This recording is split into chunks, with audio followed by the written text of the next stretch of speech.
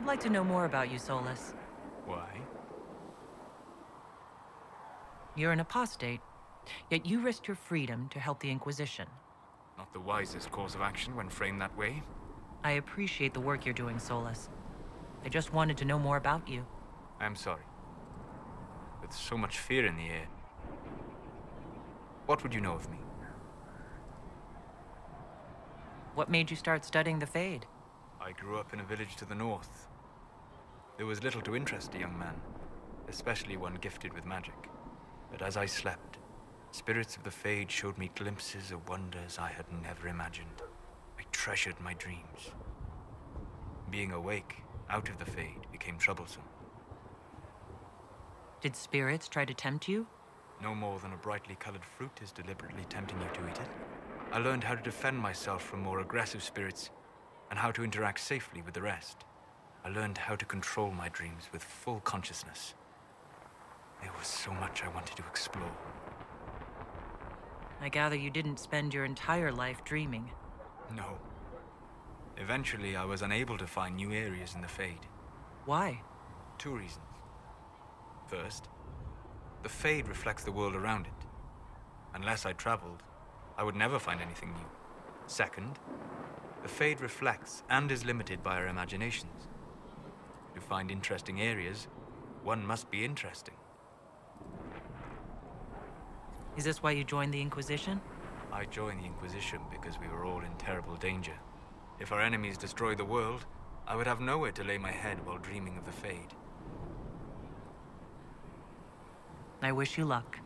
Thank you. In truth, I've enjoyed experiencing more of life to find more of the Fade. How so? You train your will to control magic and withstand possession. Your indomitable focus is an enjoyable side benefit. You have chosen a path whose steps you do not dislike because it leads to a destination you enjoy. As have I.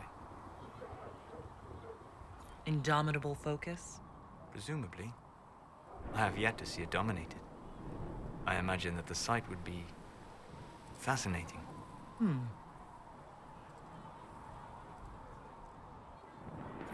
You said you'd traveled to many different places. This world, or its memory, is reflected in the Fade. Dream in ancient ruins, and you may see a city lost to history. Some of my fondest memories were found in crumbling cities, long picked dry by treasure seekers, the best of the battlefields. Spirits press so tightly on the veil that you can slip across with but a thought. Any place in particular? I dreamt at Ostagar.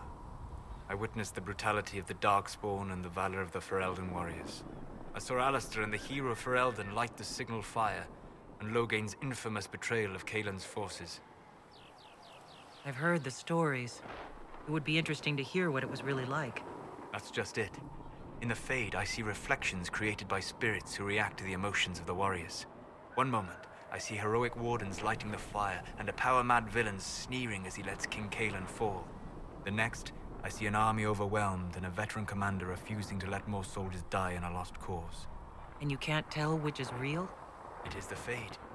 They are all real. Have you always traveled and studied alone? Not at all. I have built many lasting friendships. Spirits of wisdom, possessed of ancient knowledge, happy to share what they had seen. Spirits of purpose helped me search. Even wisps, curious and playful, would point out treasures I might have missed. I don't know of any spirits by those names. They rarely seek this world. When they do, their natures do not often survive exposure to the people they encounter. Wisdom and purpose are too easily twisted to pride and desire. You're saying that you became friends with pride and desire demons? They were not demons for me. Meaning? The Fade reflects the minds of the living. If you expect a spirit of wisdom to be a pride demon, it will adapt. And if your mind is free of corrupting influences, if you understand the nature of the spirit, they can be fast friends. I'm impressed that you could become friends with spirits. Anyone who can dream has the potential. Few ever try. My friends comforted me in grief and shared my joy. Yet, because they exist without form, as we understand it, the Chantry declares that spirits are not truly people.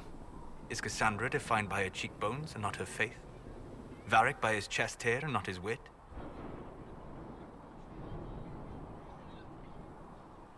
You have an interesting way of looking at the world, Solas. I try. And that isn't quite an answer. I look forward to helping you make new friends. That should be... well, That isn't quite an answer either.